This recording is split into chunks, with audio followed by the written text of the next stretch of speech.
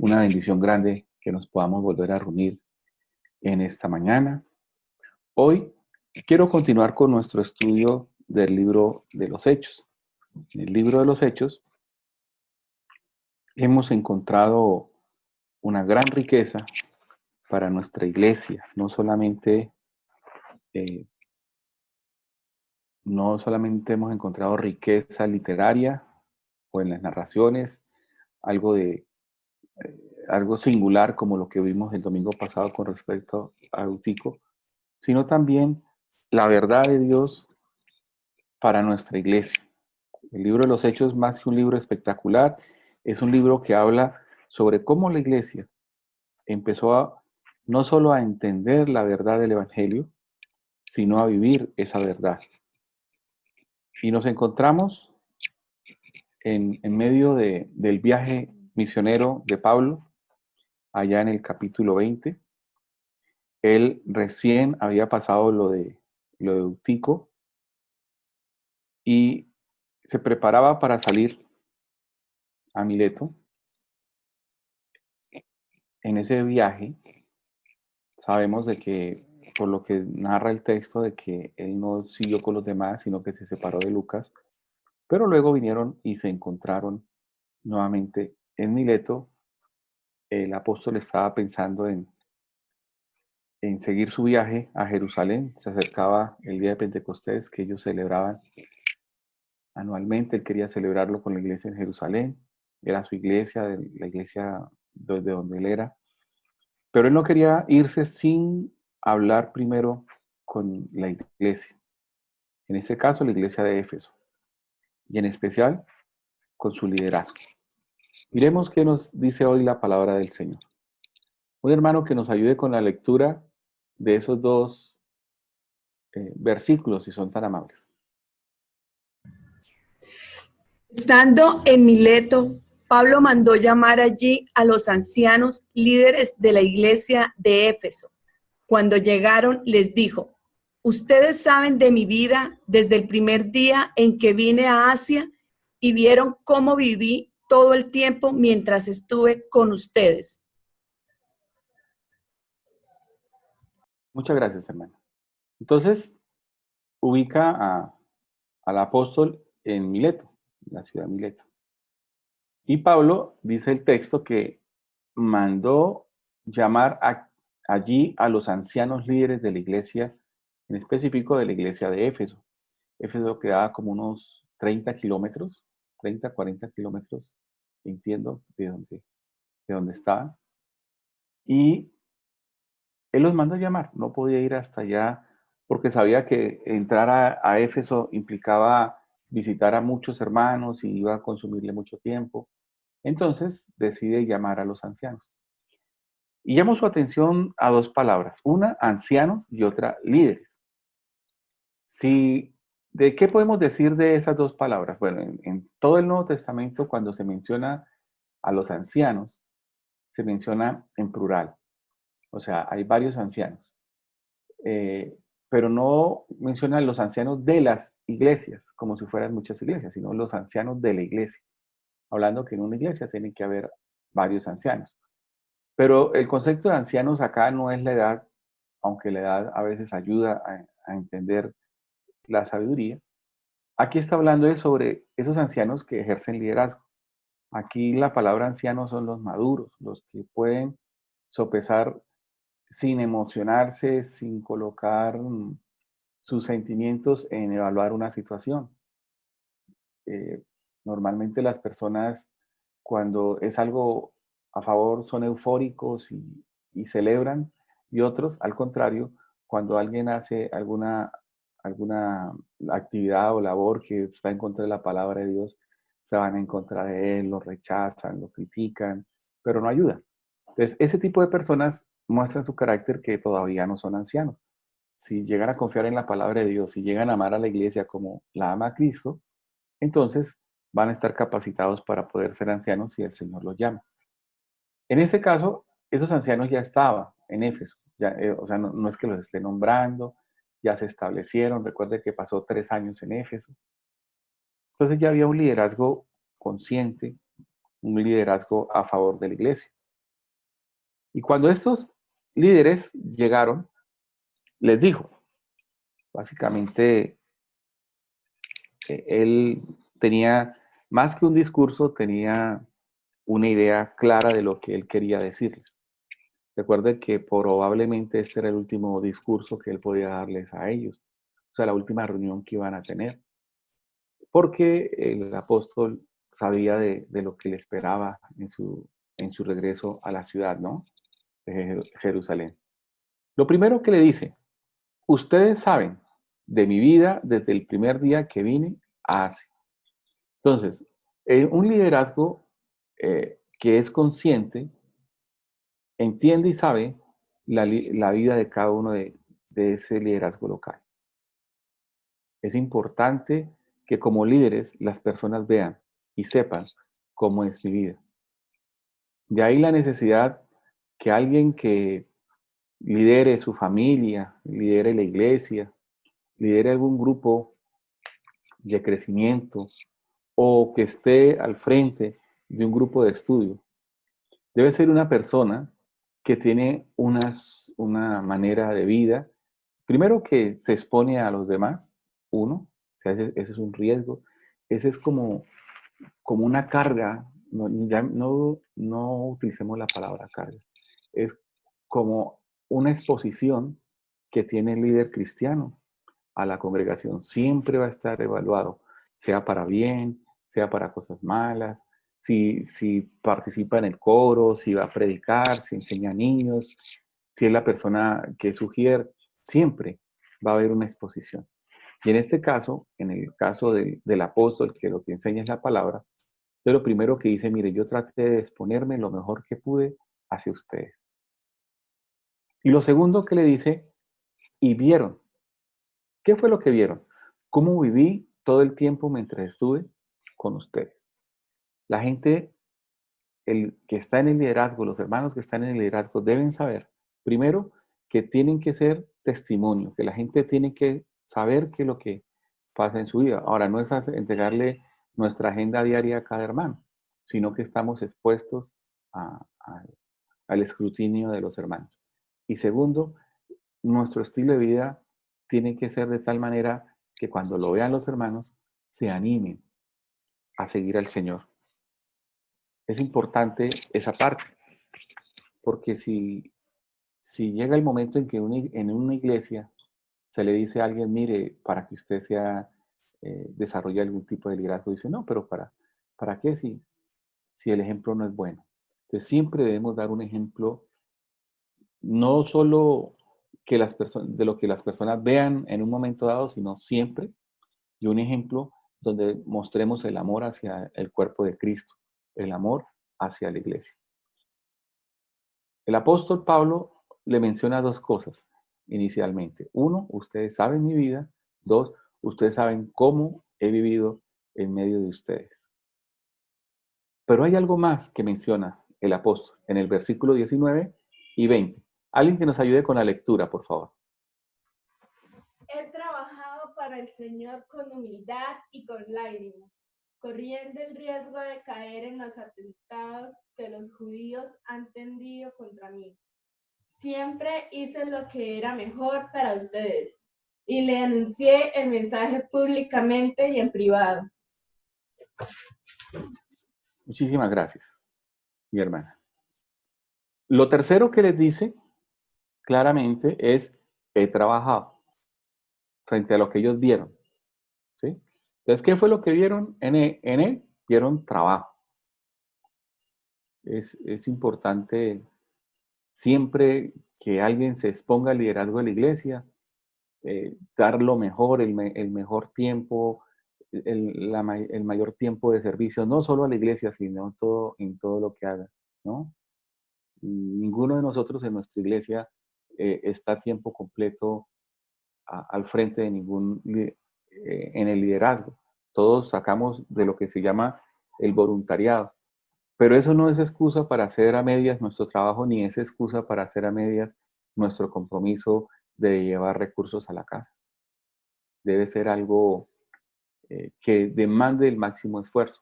Y hablando sobre el tiempo que se dedica a la obra del Señor, dice, he trabajado para el Señor. O sea, todo ese tiempo en su mente estaba no congraciarse con las personas, no congraciarse con los amigos, no, era que su trabajo agradara a Dios. He trabajado para el Señor. Y utilizó dos características para explicar cómo era ese trabajo. Primero, con humildad. El liderazgo no es más el que es líder no es más que el hermano que recién llegó. No, delante del Señor todos somos iguales. El Señor nos ha dado dones y nos ha dado talentos para la gloria de su nombre. Y nosotros lo usamos para el bien de los hermanos. Pero eso no nos debe engrandecer. Nosotros no tenemos una mayor capacidad que la que tienen nuestros hermanos. Con humildad trabajamos en la obra del Señor. Y con lágrimas, o sea, con sacrificio, que es algo que el que no ha sido llamado por Dios le cuesta, porque mientras haya ánimo y haya vitoreo y mientras le alaben el trabajo, el ser humano le gusta avanzar, pero cuando las cosas se ponen difíciles, cuando no hay un reconocimiento público, cuando lo que enseña no es tan asimilado por la congregación, o en el caso de que estamos nosotros ahora, que quien resplandece es el Señor en las predicaciones y no el ser humano, eso le cuesta al ser humano. O sea, el ser humano sufre por hacer el trabajo en la obra del Señor. Y el apóstol nos cuenta cuál es el tipo de sufrimiento que él tiene. Dice, corriendo, no porque fuera maratonista, sino dice, corriendo el riesgo de caer en los atentados que los judíos han tendido contra mí. O sea, en contra de lo que normalmente uno haría. Uno trata de huir del peligro, pero era tan evidente eh, el plan macabro que había en contra de Pablo. Pero aún así, él sabía que era la voluntad de Dios hacer esos viajes, era la voluntad del Señor aún arriesgarse eso y confiar que el Señor le iba a guardar. Entonces, el que trabaja en la obra del Señor tiene que hacerlo, uno, con humildad, y dos, sabiendo que no podemos quitar el sufrimiento de la labor que hacemos. Ahora, no es que nosotros estemos sufriendo todo el tiempo, no es eso, pero sí estar como dispuestos a saber que eso va a aparecer en nuestro ministerio y no desanimarnos por eso. Y en la casa misma, el ministerio que hace el papá, la mamá, el liderazgo de los padres, tiene que ser con humildad y sabiendo que su hijo no es intachable, su hijo no es perfecto en todo, que va a cometer errores, que va a tomar malas decisiones, que va a responder mal. Y eso va a crear sufrimiento al padre. Pero el papá sabe que lo que está haciendo es formando el carácter de Cristo en el corazón de su hijo. Entonces no se va a frustrar, no lo va a golpear, no se va a ir en contra de él, no lo va a rechazar, sino que sabe que eso es parte del ministerio que tiene en la casa. Entonces, mis hermanos, trabajando juiciosos en la casa, con humildad y con sufrimiento, para sacar adelante a su familia y de esa manera poder quedar calificado para servir en la iglesia. Porque la iglesia no es el reflejo, sino de lo que somos en el hogar. Y sigue diciendo en el versículo 20, siempre hice lo mejor, siempre hice lo que era mejor. Y hasta ahí, pues, alguno dirá, sí, así hacen los líderes en todas las iglesias, para el mejor carro, la mejor casa, el mejor viaje. No, no, no, no, no. Siempre hice lo que era mejor para ustedes. El enfoque del liderazgo cristiano es en favor de la iglesia. No escoger la iglesia como trampolín para yo sacar algún tipo de provecho. ¿En qué sentido puedo sacar provecho? Eh, si soy de los hermanos que sirven en la iglesia a tiempo completo eh, por recibir un sueldo, no está bien eso. Es para hacer lo mejor que podamos para la iglesia. Pero también puede ser que sea un trampolín para que me conozcan, un trampolín para seguir avanzando en mi liderazgo, así mi estilo de vida no sea el que agrada a Dios. O en la casa, no es hacer lo mejor para mí solamente, sino lo mejor para el núcleo familiar, para mi esposa, para mis hijos. Que las decisiones, no es que tenga uno que consultarlas, todas las decisiones con los hijos y la esposa. Hay decisiones que si el hogar está completo, el esposo va a tener que tomar. O si falta el esposo y está la mamá va a tener que tomar. Pero, y las pueden tomar individualmente, pero que siempre sean para lo mejor para todos, todos en el hogar. Y les anuncié el mensaje públicamente y en privado. El, el líder cristiano que pierde el deseo de compartir el mensaje del Evangelio ha perdido el deseo de ser líder en la iglesia. Siempre la palabra del Señor y el mensaje del Señor tiene que estar en nuestro diálogo. No quiere decir acosar al no creyente o simplemente recitar palabras de la Biblia para decir que estamos anunciando el mensaje, sino siempre tratando de dar el mensaje de amor y de consuelo a las personas. Si estamos en medio de una situación difícil y hay una pérdida, que el mensaje de Dios consuele. Si es con nuestros hijos y están teniendo una actitud contraria a la palabra de Dios, que el mensaje de Dios les corrija y les permita volver al camino. El apóstol les está diciendo, mire, yo he trabajado, hice lo mejor por ustedes. Yo les anuncié el mensaje, no solo a ustedes cuando estábamos reunidos en el templo, sino también cada vez que nos veíamos públicamente. También dice en el versículo 21, les dije a todos. O sea, que no fue un discurso que se hizo en privado, sino un discurso que era para todos.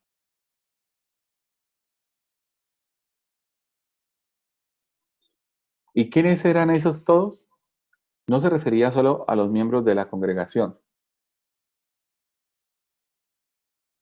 sino a los que eran judíos y no judíos. No tenía preferencia por uno. Él era judío, Pablo, pero él no solo presentó el evangelio para él o para los suyos, sino que también a los gentiles. Y aún algunos no llegaron a ser miembros de la iglesia, pero él anunció el evangelio a todos. Dice, les dije a todos que cambiaran su manera de pensar y de vivir. El énfasis de él no era que aprendieran una canción, una muletilla, o que cumplieran los propósitos que él tenía. Vamos a conquistar a Bucaramanga para Cristo. No, el mensaje es que cambiaran su manera de pensar para poder cambiar su manera de vivir. También les dijo que se acercaran a Dios. No es suficiente ser creyente. Hay que crecer en esa relación con Dios. Acercarse a Dios es crecer en la relación con Él. La oración, el estudio, todo lo que eso conlleva. Y una tercera cosa que dijo que les enseñó a todos era que creyeran en el Señor Jesucristo. Pero ¿cómo es esa enseñanza? Pues recuerden que está hablando con el liderazgo de la iglesia de Éfeso. Pero acá lo llamó a Mileto. Miremos un momento cómo hizo esto en Éfeso. Regresando al texto, en este caso en el libro de Efesios. Efesios capítulo 4, versículo 17 y 18. Alguien que nos ayude con la lectura, por favor. Lo que les voy a decir es una advertencia del Señor. Dejen que ya de vivir como los que no son creyentes, porque ellos se guían por pensamientos inútiles. Su entendimiento está oscurecido porque están separados de la vida que viene de Dios y porque son ignorantes debido a lo terco que es su corazón. Gracias, mi hermano. Bueno, aquí, entonces, ¿cómo enseñó esto él? Entonces, lo primero que dice es que lo que les voy a decir es una advertencia del Señor. O sea, lo que realmente hace el líder de la iglesia es llevar el mensaje del Señor. Nosotros no estamos construyendo un nuevo mensaje, no estamos construyendo una nueva visión del Señor, eso ya está en la palabra. Y en este caso, él le llama una advertencia del Señor. ¿Y qué les advierte? Dice, dejen de vivir como los que no son creyentes. Entonces, lo primero que le dice es, dejen de vivir. ¿Cómo? O sea, la comparación, como los que no son creyentes. No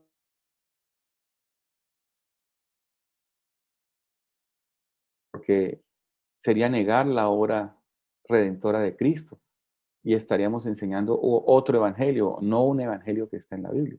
El evangelio que está en la Biblia dice que el que crea en el Señor Jesucristo es salvo. O sea, ya es un seguidor del Señor por haber puesto su confianza en Él. Pero entonces Él le dice, dejen de vivir como los que no son creyentes. O sea, el no creyente tiene un estilo de vida diferente al que debe tener el creyente. Y explica la razón. Y no solo una vez, sino el que está viendo el pasaje se da cuenta que está resaltado 3 veces porque. Entonces empieza a dar algunos motivos por los cuales es diferente la vida del creyente a la vida del no creyente. Mire que cuando dice porque, no dice ustedes seguían, sino ellos. Entonces no empieza a hablar acá de los creyentes, sino de los no creyentes. ¿Qué es lo que dice de los no creyentes? Dice, ellos seguían por pensamientos inútiles. O sea, lo que llena su manera de pensar son pensamientos inútiles. ¿Cuál es la idea de inútil? O sea, que no trae ninguna utilidad para su vida. Son pensamientos que no, que no van a traer beneficio real, en este caso, a su vida espiritual. Entonces, ellos seguían por esos pensamientos, nosotros no. Segundo, su entendimiento está oscurecido. O sea, ya no está hablando de lo que piensan, sino su capacidad de entender o de razonar. Está en tinieblas o está oscurecido. ¿Qué produce eso? Dice, porque están separados de la vida que viene de Dios. Entonces, el entendimiento que está mencionando acá es el entendimiento de las cosas divinas o el entendimiento de Dios. Recuerde que no está hablando a usted, hermano, está hablando de los no creyentes. Su entendimiento está oscurecido porque están separados de la vida que viene de Dios y porque son ignorantes debido a lo terco que es su corazón. Dos cosas afectan al no creyente: su manera de pensar y su manera de entender. Y eso es lo que el Señor quiere que sea afectado en nuestra vida, con la verdad del Evangelio. Eso es lo único que va a hacer que nuestra manera de vivir se aleje de la manera de vivir de los no creyentes. En el versículo 20 y 21, Él sigue mencionando la forma como Él enseñó esta verdad en medio de la iglesia en Éfeso. Pero esa clase de vida, o sea, de los no creyentes, no tiene nada que ver con la instrucción que recibieron de Cristo. Entonces, en ningún pasaje de la Biblia enseña que nosotros tenemos que seguir viviendo esa manera de vivir. Al contrario, enseña todo lo opuesto a esa manera de vivir. Sé que ustedes han recibido su mensaje. Entonces, lo primero que dice el versículo 21 es que han recibido su mensaje. ¿Cuál es el mensaje que mandó Cristo? El mensaje es el Evangelio. Entonces, ustedes han recibido el Evangelio. Es lo primero que dice. Lo segundo, han aprendido la verdad que está en Jesucristo. O sea, cuando hablan de la verdad, es el mensaje verdadero que está en Jesucristo. Dos cosas mencionan que ha pasado o han hecho ellos para poder entender y vivir la instrucción que recibieron del Señor. Primero, han recibido su evangelio o su mensaje. Y segundo, han aprendido la verdad de Cristo. Alguien que nos ayude con la lectura del versículo 22 al 24, por favor.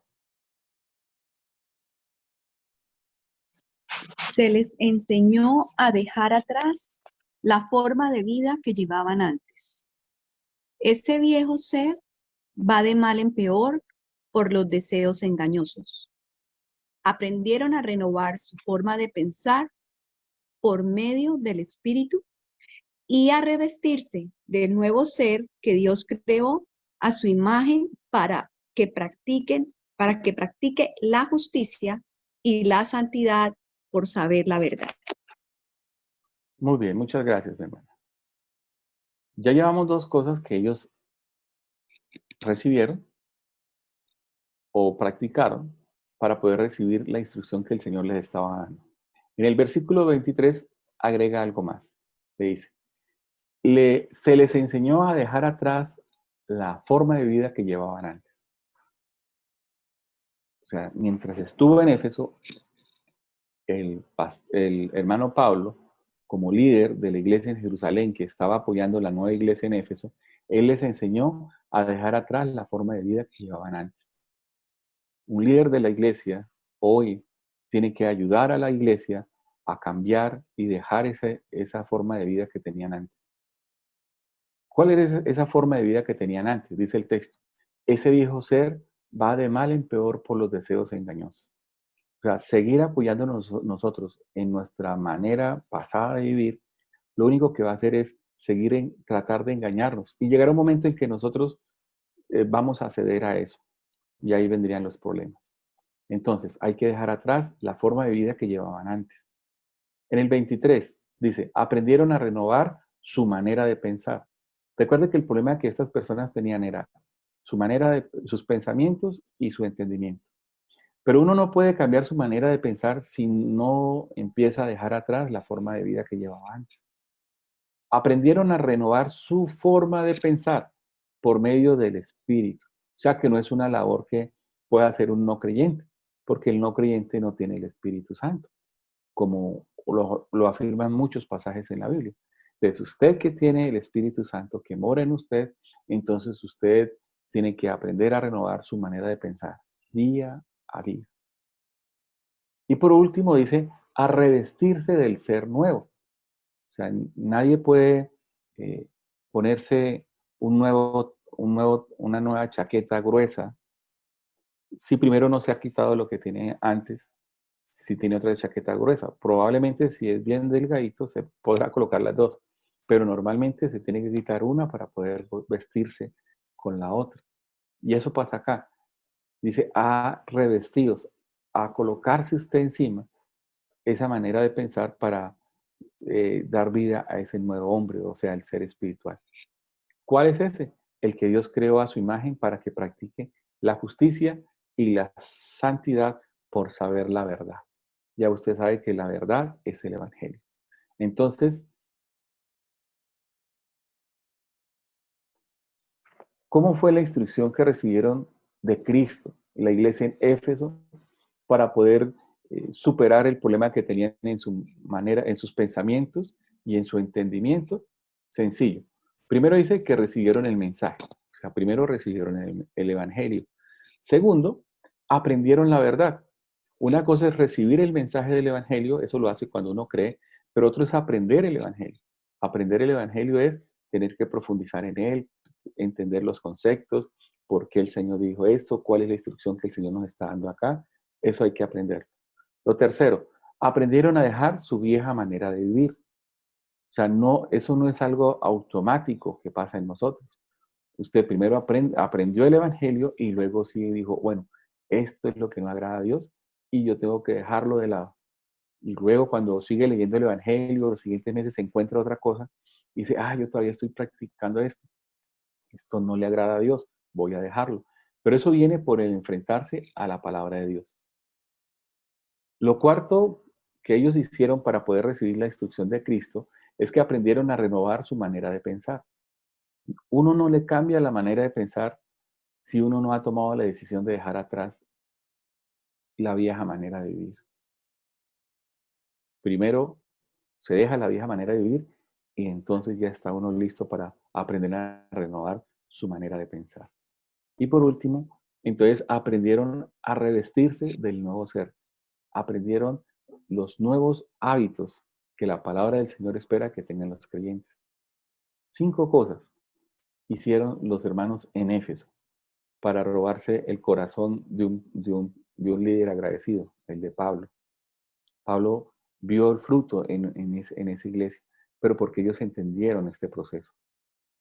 Hermano, nosotros hemos recibido el mensaje, nosotros hemos aprendido el Evangelio, nosotros hemos tomado la decisión de dejar atrás nuestra manera de vivir vieja, hemos tomado la decisión y hemos aprendido a renovar nuestra manera de pensar.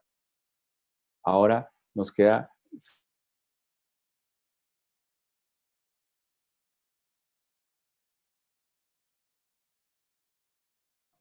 mis queridos hermanos, los hermanos saben la manera de vivir de su liderazgo.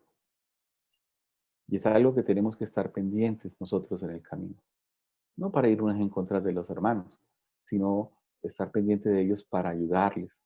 Eh, Todos somos atacados espiritualmente, pero quienes lideran son más atacados. Porque si el líder vuelve atrás, lo más probable es que mucha gente se desanime. Y entonces va a ser el impacto peor en la iglesia. Y eso lo sabe Satanás y por eso ataca. Entonces, hermano, no abandone el liderazgo de la iglesia.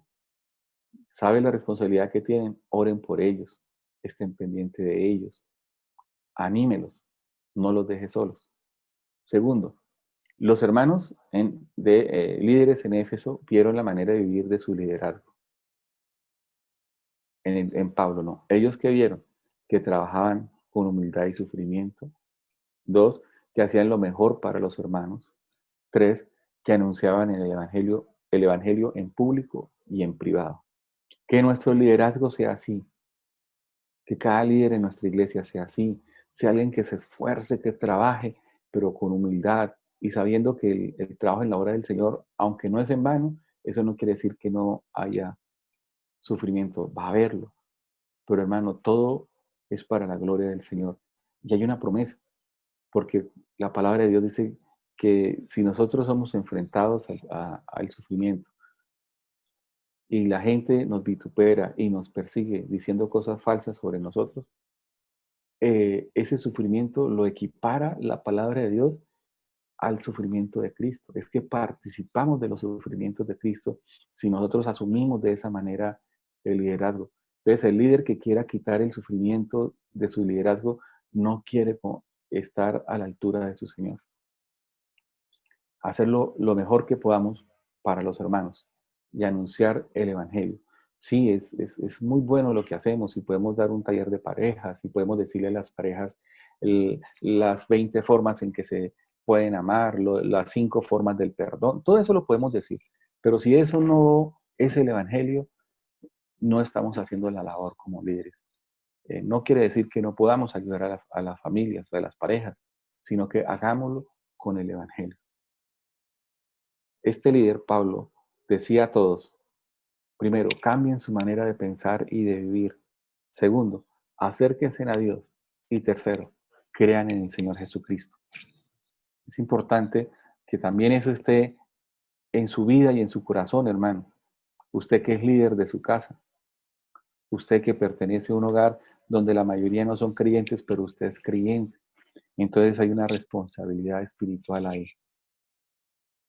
Dígale a las personas, esfuércele a enseñar de que cambien su manera de pensar y de vivir. Que se acerquen a Dios. No es suficiente haber creído un día en el Señor. Hay que tener una relación genuina con el Señor. Y crean, confíen plenamente, pongan su confianza plena en el Señor. Porque ese es el liderazgo que agrada a Dios, el que está en favor de su iglesia. Ustedes saben y vieron cómo viví todo el tiempo mientras estuve con ustedes. Hechos 20:18. Hermanos, si tenemos un liderazgo de esos en nuestra familia está segura en Cristo. Si tenemos este tipo de liderazgo en nuestra iglesia está segura en Cristo Jesús. Amén. Oremos. Padre Celestial, gracias Señor por su misericordia, por su amor, por su cuidado. Gracias por cada hermano de nuestra congregación. Gracias por cada hermano que se esfuerza día a día en cumplir los propósitos suyos para su familia. Los que se levantan de temprano oran, los que se levantan de temprano y asumen su trabajo para mantener su hogar, los que se levantan temprano, Señor, y asumen el rol como padres, como hijos. Gracias, Señor, por ellos. Pero te pedimos, Señor, que no solamente haya un liderazgo familiar y un liderazgo de iglesia, sino que ese liderazgo sea para el agrado de su santo nombre. Por eso te pedimos, Señor, que nos ayudes, que nos muestres a cada uno de nosotros la forma de agradarte con lo que hacemos, Padre Celestial. Porque sabemos que usted sabe y ve todo lo que hacemos. Le pedimos que nos ayude hacer lo mejor para su santa gloria, Señor. En Cristo Jesús.